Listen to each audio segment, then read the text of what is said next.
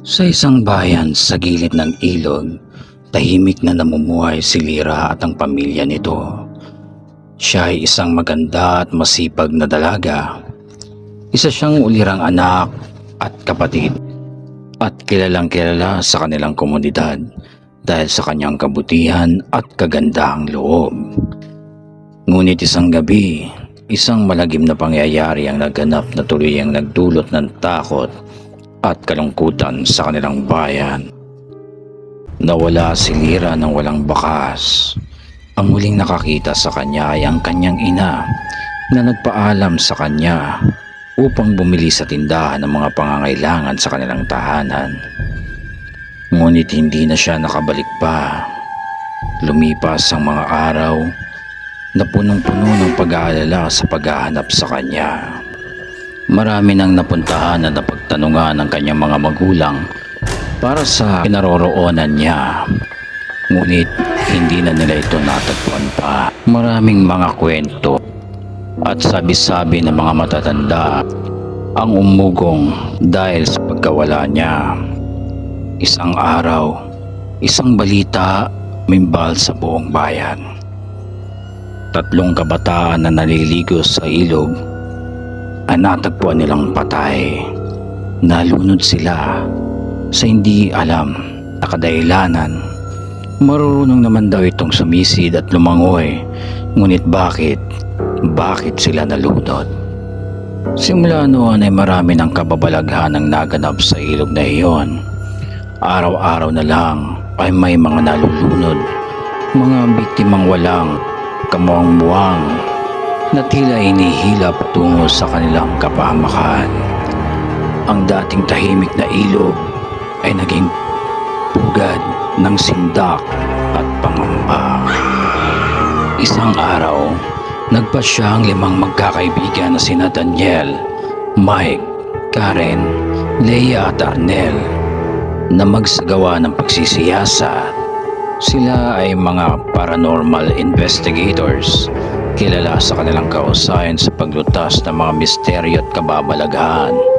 Nagtipon-tipon sila upang magtulungan at resolbahin ang problema sa ilog upang mabigyan ng tumpak na kasagutan kung bakit nagkakaroon ng ganitong kababalaghan.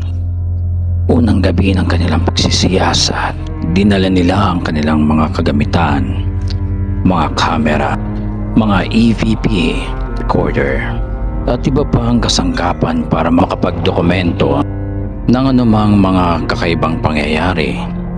Habang abala sila sa pag-aayos, biglang lumamig ang paligid at tila may malamig na hangin na dumaan na nagdala ng kilabot sa kanilang balat. Nararamdaman niyo ba iyon?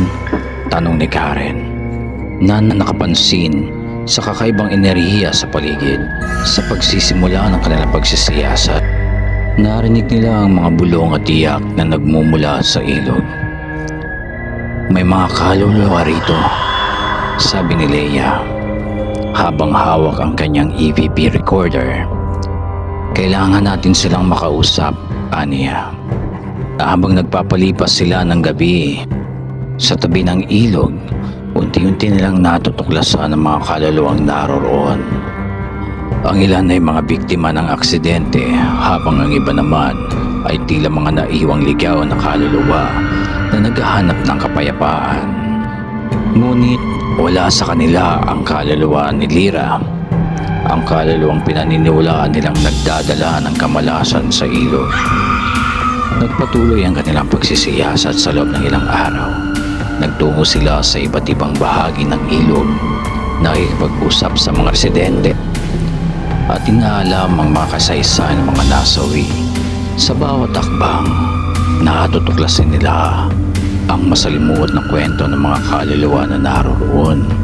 Ngunit hindi pa rin nila matukoy ang tunay na dahilan ng mga misteryosong pagkalunod. Isang gabi, habang tahimik na naglalakad si Mike sa tabi ng ilog, napansin niyang may kakaibang liwanag na nagmumula sa ilalim ng tubig. Guys, tingnan niyo ito. Tawag niya sa mga kasama. Lumapit ang grupo at kanilang sinisid ang ilog. Sa ilalim ng malamig na tubig, natagpuan nila ang isang sako na nababalot ng putik at mga lumot. Nang kanilang hilain ang sako sa pampang, natuklasan nila na ito'y puno ng mga buto ng tao. May mga bahagi pa ng damit na kinakalawang na. Ito na nga siguro ang bangkay ni Lira, sabi ni Daniel habang tinitingnan ng mga buto. Sa wakas, kung siya man ito ay talagang natagpuan na natin. Ang pumapatay at lumulunod sa mga taong naliligo rito. Mabilis nilang ipinagbigay alam sa mga otoridad ang kanilang natuklasan. Sa pagsisiyasat ng mga pulis na pag-alaman nilang mayroong bakas ng pagkamatay na hindi natural. Tanda ito ng isang marahas na pamamaslang. Nagsimula ang masusing investigasyon at sa tulong ng mga ebidensya at mga testigo na umarap sa presinto ay natunto nila ang kriminal na responsable sa pagkamatay ni Lira. Kinilala sa pangalang Marco, isang dating magnanakaw at kilalang sanggano sa lugar. Nang pumutok ang balita sa pagkawala ni Lira ay umalis siya sa bayang iyon at nakipamayan sa karatig na bayan upang magtago. May isang saksi na nakatira sa pinakadulong bahagi ng ilog ang nagsiwalat na mayroon siyang nakitang tao sa ilog at yun nga ay si Marco. Nang matunto ng mga pulis ang kinaroroonan ni Marco, sa bisa ng search warrant ay dinakip nila ito. Umamin naman siya sa krimen at nilahad ang kanyang galit at puot kay Lira dahil sa pambabasid umano nito sa kanya. Inamin din niya kung paano niya ito hinalay at pinatay at kung paano niya ito itinapon sa ilog. Dito na umusad ang kaso at hindi niya na ito mapipigilan pa. Ang hustisya ika nga ay nasa mga kamay na ng kanyang mga magulang. Ang kaluluwa ni Lira sa tulong ng 5 kabataan ay natagpuan ng kapayapaan. Napakita ito sa kanila nang sila'y nag-usap-usap sa isang balkonahe malapit sa ilog. Nakita nila ang imahe nito na nakangiti sa kanila habang dahan-dahang inaakyat ng liwanag pataas.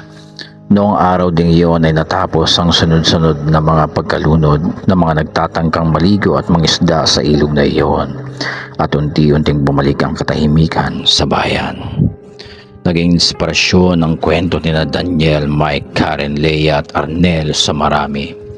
Ipinakita nila na sa kabila ng mga misteryo at kababalaghan, ang katotohanan at hustisya ay mananaig pa rin sa huli.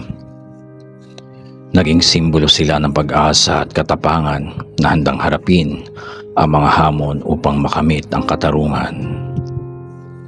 Ang wakas.